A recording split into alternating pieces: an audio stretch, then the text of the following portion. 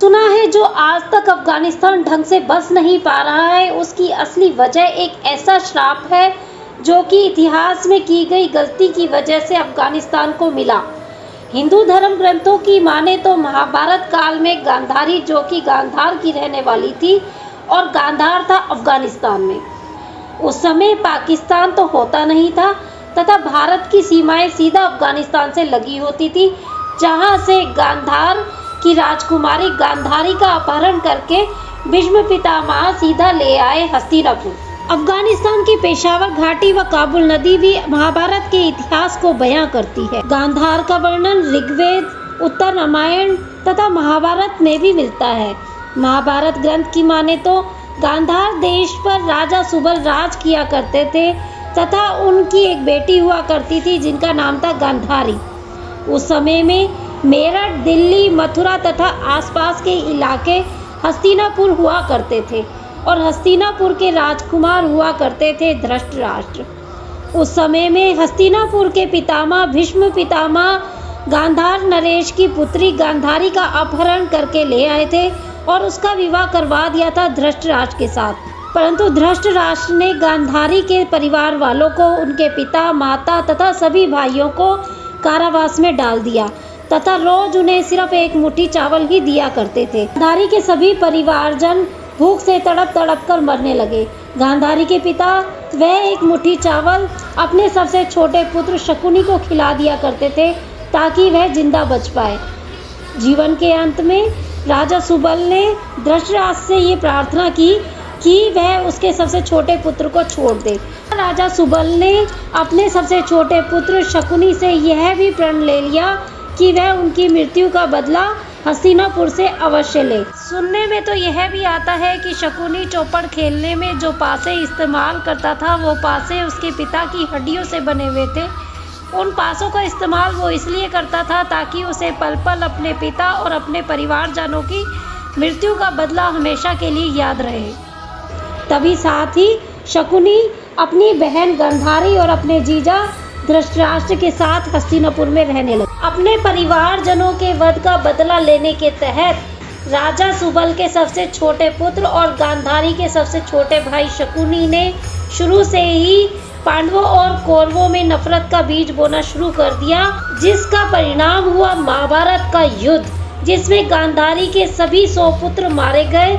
और गांधारी इस बात को हमेशा से जानती थी कि उसी के ही भाई शकुनी ने ही हमेशा से पांडवों और कौरवों के बीच में फूट डाली है और उनके बीच में नफरत का बीज बोया है। परिणाम स्वरूप पांडवों के हाथों गांधारी के सभी 100 पुत्र मारे गए और इसी बात से दुखी होकर गांधारी ने शकुनी को यह भी श्राप दे दिया कि मेरे 100 पुत्रों को मरवाने वाले गांधार नरेश शकुनी, तुम्हारे राज्य में कभी भी शांति नहीं रहेगी। इस श्राप के फलीभूत होने के कारण शकुनी के जो पुत्र भी हुए वो भी गांधार पर सही ढंग से राज नहीं कर पाए और इस युग के बीत जाने के बाद बौद्ध धर्म का यहाँ पर प्रचार होने लगा तथा मुस्लिम शासकों के राज से पहले यहाँ पर मौर्य शासकों ने राज किया। उसके बाद 11वीं शताब्दी में महमूद गजनवी ने यहाँ पर राज किया। इस युग में एक समय ऐसा भी आया जब विश्व विजय पर निकला सिकंदर, जिसने केवल 1 वर्ष में पूरे विश्व पर विजय पा ली थी। परंतु जब वह अफगानिस्तान आ पहुंचा और उसने यह सोचा कि ये तो एक छोटा सा देश है, इसे तो मैं कुछ ही दिन में फतेह कर लूँगा, उसे अफगानिस्तान को फतेह करने के लिए, यहाँ पर विजय पाने के लिए 3 वर्ष लग गए।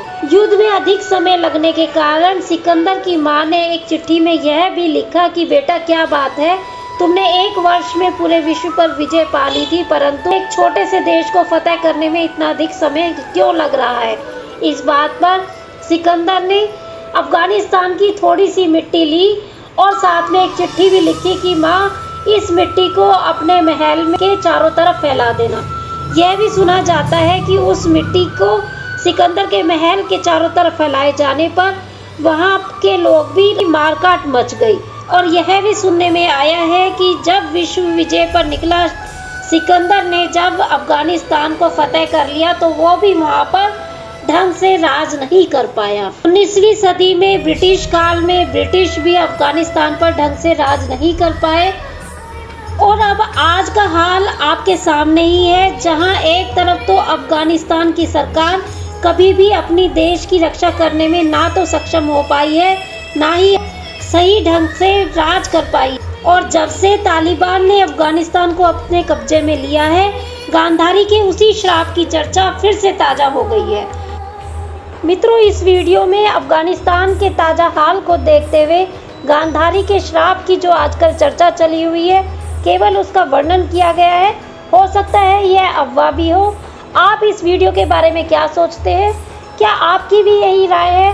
गांधारी के श्राप के कारण अफगानिस्तान आज भी बच नहीं पा रहा है। वीडियो पसंद आई हो तो आप लाइक कर सकते हैं, कमेंट कर सकते हैं।